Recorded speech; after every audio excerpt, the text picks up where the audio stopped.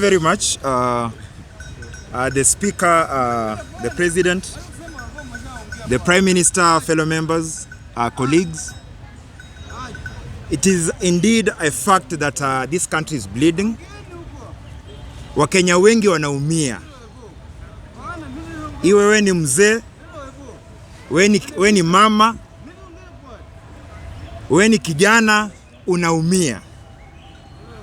Kwa hivyo nimeona ni vyema sana kwa njia ya kupata suluhisho niongee na wale ambao tunawaita the majority population, the majority of Kenyans, those who make up 75% of this population of this country, the people who can bring the change we want, for us to end the extrajudicial killings, for us to end land grabbing, for us to end corruption and any other malice in this society.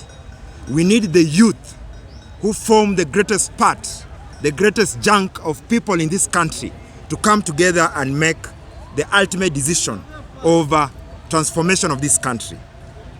Allow me then to address you as a fellow youth, as one of you, and as a person who cares deeply for the greater passion of this country. Vijana power. Vijana power. Times without number, the youth have received a raw deal. In the June 2024 protests, we were told to be leaderless and partyless. But as much as we are told to be leaderless and partyless, there is something that you are not told. And this is what I want to tell you today. We were never told that Rex Masai, Eric Shieni, David Shege, and the list goes on to more than 50 confirmed lives will be lost. Post and even during the post-election, the post-finance bill demos that we had in June 2024. But I often ask, why did they have to die? Why did we have to lose lives? Why did those who lost their lives have to die? Cui bono, that is in Latin to mean who benefits from the loss? Who benefits from the loss of the more than 50 lives that we lost in June 2024? That is something that still lingers in my mind. It is now more than a year since their epitaphs were scribed, since their deaths were dramatized with the candle lightings, branded t-shirts, and even radical online activism, which has since died. But I dare ask, if Rex Masai or any of those who died were to wake up today, will they be proud that they really died for any cause? Will they be proud? Because we are still leaderless, we are still partyless. That is despite being more than 1 year since they lost their lives. Thanks to Inject Party, Morare Kebasi is now a carpenter. Let's hope he will be accepted as the father of Jesus. Thanks to Kasmuel, after all the bickering, he chose mentorship under the Enigma, who is now in the shadows. Thanks to Mercy Tarus, I think she chose a scholarship over online activism. And still one question lingers. Did we achieve anything? The youth, did we achieve anything by being on the streets on June 24th? Post the finance bill protests? Did we achieve anything? That is the question that still lingers in my mind. In recorded history, nothing, absolutely nothing, comes from leaderless and partyless movements or formations. Therefore, the so-called Gen Z movement is an illusion, a utopian fairy tale, just something that is there in oblivion. It only looks good on X and maybe TikTok. But beyond that, it is just something that is laughable. Now, allow me to tell you what you can achieve through collaboration. I mean the youth, elders, the young, each and every person in this country.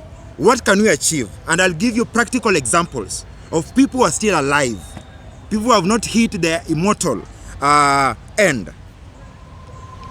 I'll give you examples of youth who have made it, and I'm sure there are so many other examples. But this is just a limited list to that effect.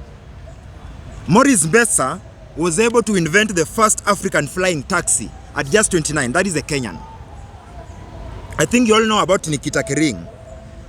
She first came to the limelight in 2012 after she sang with Emmy Kosgei. She was only 10 then.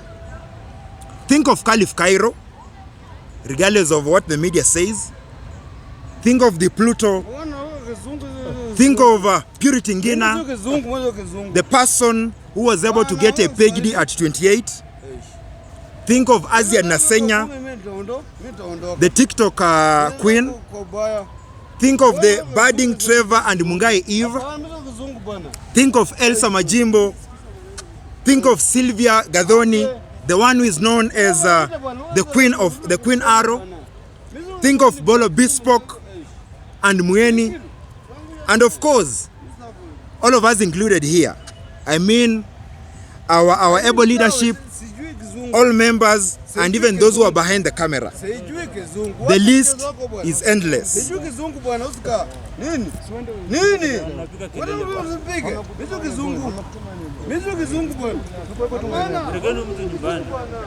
Whether you are on TikTok, receiving flowers at 1 a.m. or on OnlyFans, sending nudes to strangers in distant nations, you can make a change. Whether you are teaching Forex or doing Nigod deals, you too can make a change. Now think of politics. How can a leaderless, partyless movement bring change? How can a leaderless, partyless movement bring any change? Your guess is as good as mine. It will never come, not in this world, not in this generation, not in the next. We are 75% of the Kenyan population. That is raw and untapped power that can be used by all of us. Through collaboration, we shall achieve the following. We shall be able to replace dying in protests with actually killing the monster of bad leadership in this country. And perhaps our ladies, when they go for those solo dates in Diani, they'll be able to give us, or at least tag their photographers. We must be able and pledge against the naysayers, the pundits who slice and dice us into meaningless identities, because we live in one beautiful country called Kenya. We dance to Sauti Sol together. We follow C.S. Miano's yoga routines on X. We watch Eliud Kipchoge break the 2-hour mark together as a country. We laugh at Karen Nyamu at times as she updates her WhatsApp status or during the live Senate sessions. We celebrate Faith Kipyegon as she laughs on the finishing line. And at times we also watch as Obina competes Khalwale on who replaces the man who had so many children in this country. So I'm daring all the youth, each and every person in this country, from Loima Hills, that is in Turkana, to Shimoni Caves in Kwale, from Lake Namlolwe, not Lake Victoria, it is Lake Namlolwe in Kisumu, to Garbatula in Isiolo. I'm daring all of you, and I'm pledging to all of you that we must pledge once again to collaborate regardless of when we are born, our identities, to work together as a country, because come 2027, it won't be about the Gen Zs, the elders, the young, or even the millennials, or even the boomers, or any other identity. It will be about your vote, and by voting in the right leadership for us to end the menace in this country. Thank you very much. This has been read and signed by Mungata Acadius. Thank you.